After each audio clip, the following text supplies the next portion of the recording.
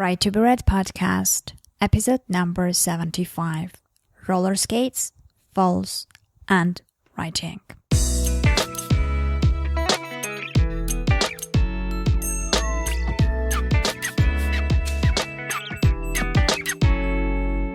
Are you struggling trying to figure out how to sell copies of your book, especially the first 100 copies? The Author Marketing Institute is offering access to their latest free video course called Selling the First 100 Copies of Your Book. This is the course everyone should have when they started publishing. It goes through all the basics from starting a mailing list to experimenting with different prices. If you follow the instructions in this course, you should be primed and ready to sell your first 100 copies, if not many more. Sign up for free at www.authormarketinginstitute.com. You are listening to the Right to be Read podcast, and this is your host, Ani Alexander. Hello everyone and welcome to the Right to be Read podcast, the podcast that inspires and encourages writers. I'm your host Ani Alexander and thank you very much for listening to the show.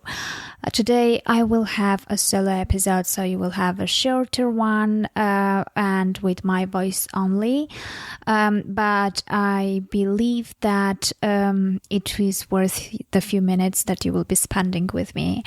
Actually, I wasn't planning having a solo episode this time, but yesterday the inspiration hit me and I came up with a really nice piece of writing which I wanted to share with you because I think that the message is quite encouraging and some of you might need it at the stage you are at.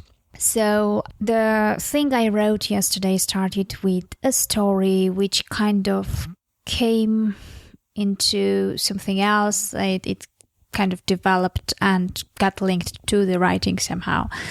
So today I will be talking about roller skates, falls, and writing. And when I explain what I mean, you will see how those are linked to each other. So I will start with my personal story, a story from my childhood. And here it is. When I was about 6 years old, I got my very first roller skates. To be honest, I don't even remember where they came from, but they were very classy for the Soviet times because they were from abroad. So the skates were from those you attached to your shoes with red leather upper side and laces. They had 4 rubber wheels each, so 2 in front and 2 in the back. And the important thing was that the size was adjustable, so I could use them like, I don't know, forever or until they broke or something. So after getting the skates and feeling super happy, I had to learn skating because I couldn't skate by that time. It was winter and it was snowing outside. So back then I was even more impatient than I am now. And people who know me well will tell you that I'm one of the most impatient people they have ever met. So what did I do?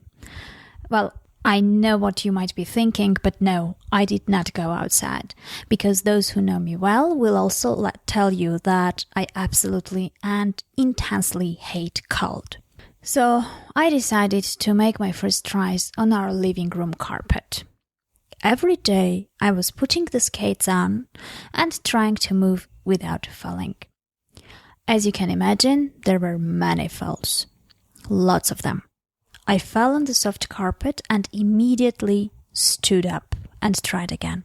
I don't remember how long did it take, to be honest, until I mastered that thing, but by the time we went out with my dad, I could maneuver my skates like a pro. And I felt really proud of it. So, why am I telling about something that happened 30 years ago? And what does it have to do with writing, you may ask?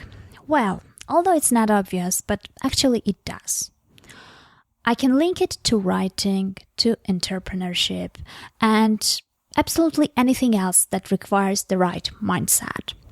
The thing is, when I got those shiny skates, I did not think that I can't skate.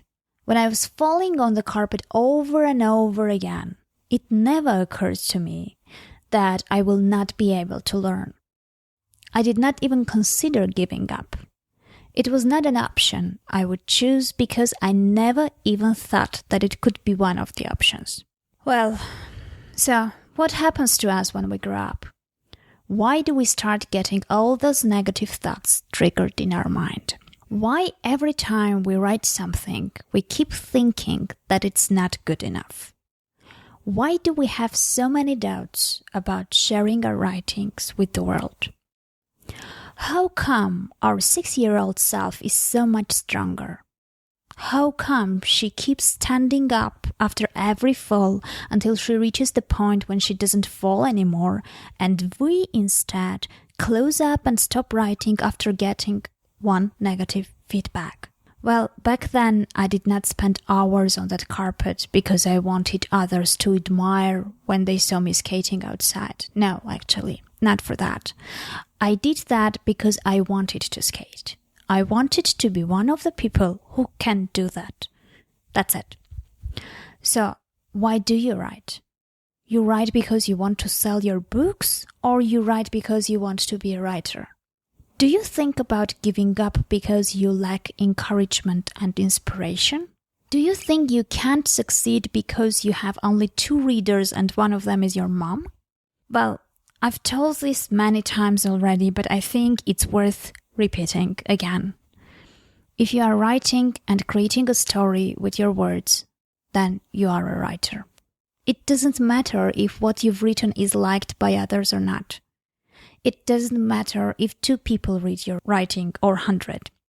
What matters is that you have created a brand new story from scratch with your words. You have come up with a piece of writing which was not out there before. So, just like my very first tries in that living room, your stories too will not be perfect. Some of them will even be terrible. So what? Do you have to conclude that you can't write just because your first story is not masterpiece? Well, whose first story was? Just like 6-year-old me, you have to practice too. You have to write, erase, tear up the paper and start all over again. With each try, things will go smoother. With each next try, you will enjoy it more. And your each new version will sound better and the story will be stronger. All those things you are longing for now. The readers, the fans, the book sales, your name on the bestsellers cover, it all will come with the time. It will. But only if you don't give up and start over after each torn paper and each erased paragraph or deleted document. I'm sure you have your own examples of your 6-year-old strong self. Recall those, admire your little self, and try to be like that strong-willed child. So, next time you feel discouraged, you feel down, or feel like giving up, rethink again. Get back your positive mindset and try again. Or just write me an email to Annie@anniealexander.com and I'll do my best to cheer you up. Well, take care. Keep writing.